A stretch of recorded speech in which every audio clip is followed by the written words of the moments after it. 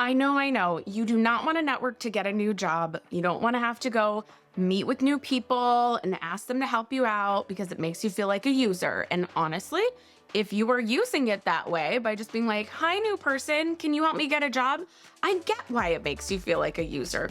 Kind of is being a user. While I still think there is a way to authentically and genuinely reach out to new people to land a role, it is a long-term play.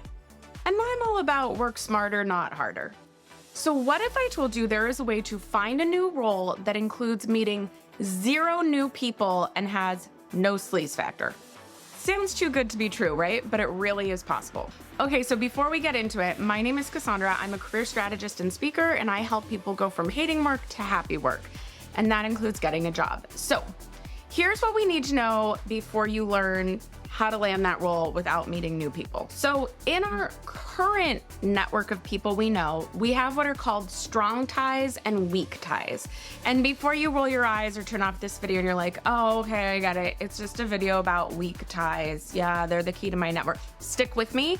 It's not about weak ties. There's some really interesting stuff here that I read lately that nobody's talking about.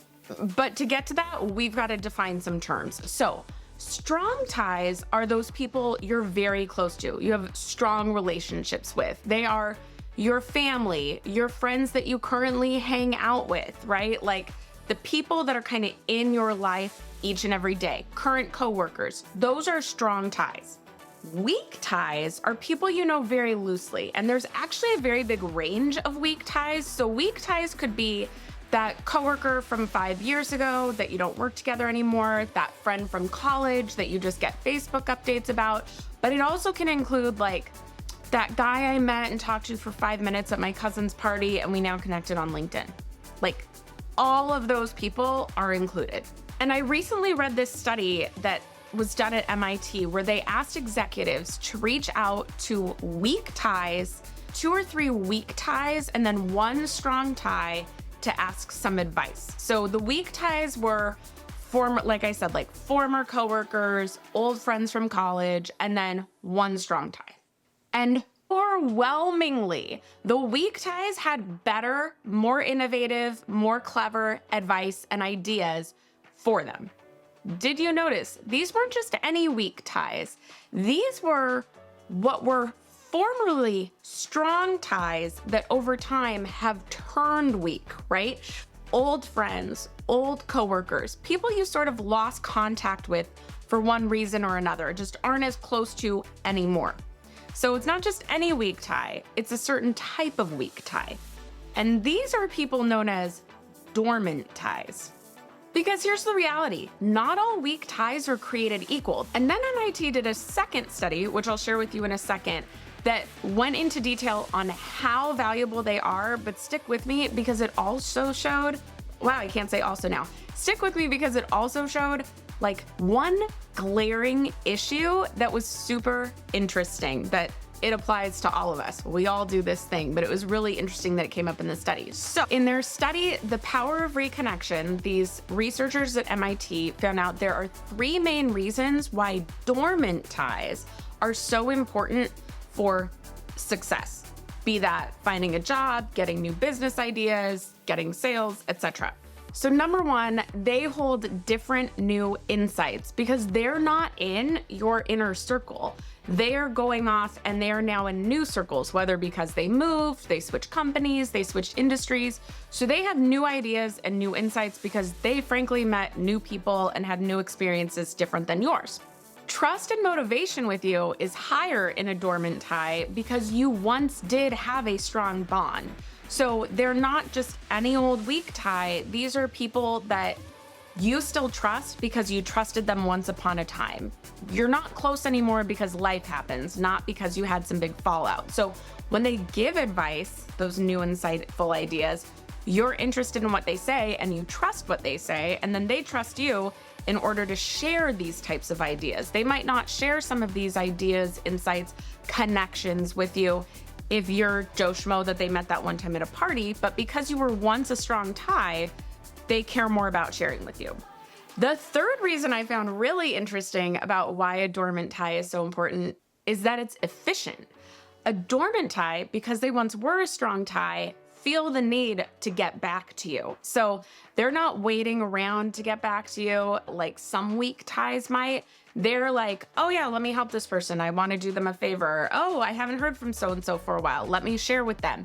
And even I think they have more respect in that than a current tie. Because don't we all have those friends, those people in our lives that they wait a couple days to send you a text because you're close enough that they're like, it'll be fine if I call her in a couple of days or if I text her in a couple of days.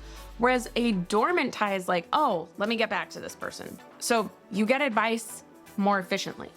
So basically, when you reach out to an old colleague, an old friend, they're going to get back to you faster because they actually know you. They're going to give you advice that's better and more interesting because they're in new circles. And you're gonna trust their advice more because you knew them better once upon a time. That's the summary of it. And even recently, I did this on LinkedIn. I reached out to someone that's sort of I would say is a weak dormant tie, and asked if they knew of any speaking opportunities at their company, and got back to me right away and said, hey, let me put you in touch with this person. Let me think about this other company. Whereas other people I'm reaching out to that I don't know as well, they're not getting back to me the same way. So there really is something about, hey, these people you knew once upon a time, go talk to them. So all in all, this means no, you do not have to meet new people to network for your next role. I mean, you can meet new people, but you might want to focus first on those people you have already met in your life. Okay, but there's still one more thing we have to talk about. So they did another follow-up study where they took 100 executives and they said, you need to make a list of 10 dormant ties. And you're going to reach out to some of these for advice. And so these executives listed their 10 people, and then they said, rank the 10 people. Who are the ones, and they had a bunch of different factors, but essentially things like, yes, they're a dormant tie, but how dormant are they? Have you talked to them, once a year, 5 times a year, etc.? Like, how comfortable are you to reaching out to them, etc.? And so whoever was number one is definitely the person they're most comfortable reaching out to of their dormant ties. So maybe this is somebody that used to be their closest friend at work 5 years ago, but now they moved to different states, right? They feel comfortable reaching out to that person. So they were then asked, okay, reach out to your number one person, the one you feel most comfortable with, and then you're gonna reach out to one selected for you at random. So some people will get number 6, number 7, etc. So highest person, and then somebody else they're not as comfortable with. And again, every single time, the person who was lower on the list, who was not number one, gave better advice. Overwhelmingly, the study says overwhelmingly, the other person, not the number one, gave more innovative, more insightful, better advice. The execs all said, yes, that person gave better advice, but I still feel more comfortable reaching out to person number one over here that I know. Y'all, what does this tell us about who we are? Like, this is so fascinating, right? Because I'm sure we've all heard by now that growth comes when you're uncomfortable. Growth comes in those uncomfortable moments. We got to get a little uncomfortable to grow. And even in this, it's like, it's this minute amount of uncomfortability to reach out to number 6 instead of number 1. And they're like, yes, I know, I hear you now that number 6 will give me better advice, but I'd rather talk to person number 1 because I'm more comfortable. What? Isn't that fascinating? This is how we do things. So here's what this means for all of us.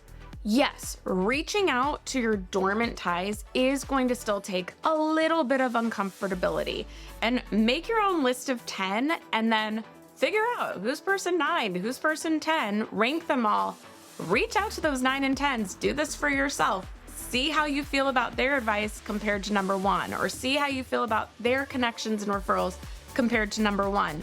But yes, it's gonna be a little more uncomfortable to reach out to numbers 9 and 10 than number 1, but you have to remember, growth comes when we're uncomfortable, and this is still far more comfortable and going to give you far greater results than trying to go blind and reaching people cold.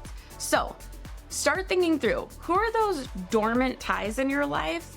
Who can you start reaching out to get some advice, some direction, some referrals for that next job. And let me know in the comments if you reach out to one person, just one, just reach out to, make the list of 10, but reach out to one today. Let me know in the comments if you do it. And if you need help on this, I have a whole workbook of connection messages, like reigniting connections, connecting with people blind, all of it, emails, LinkedIn, etc., in a free workbook. You can grab that in the description box below. So go grab that, and I will see you in the next one. Bye.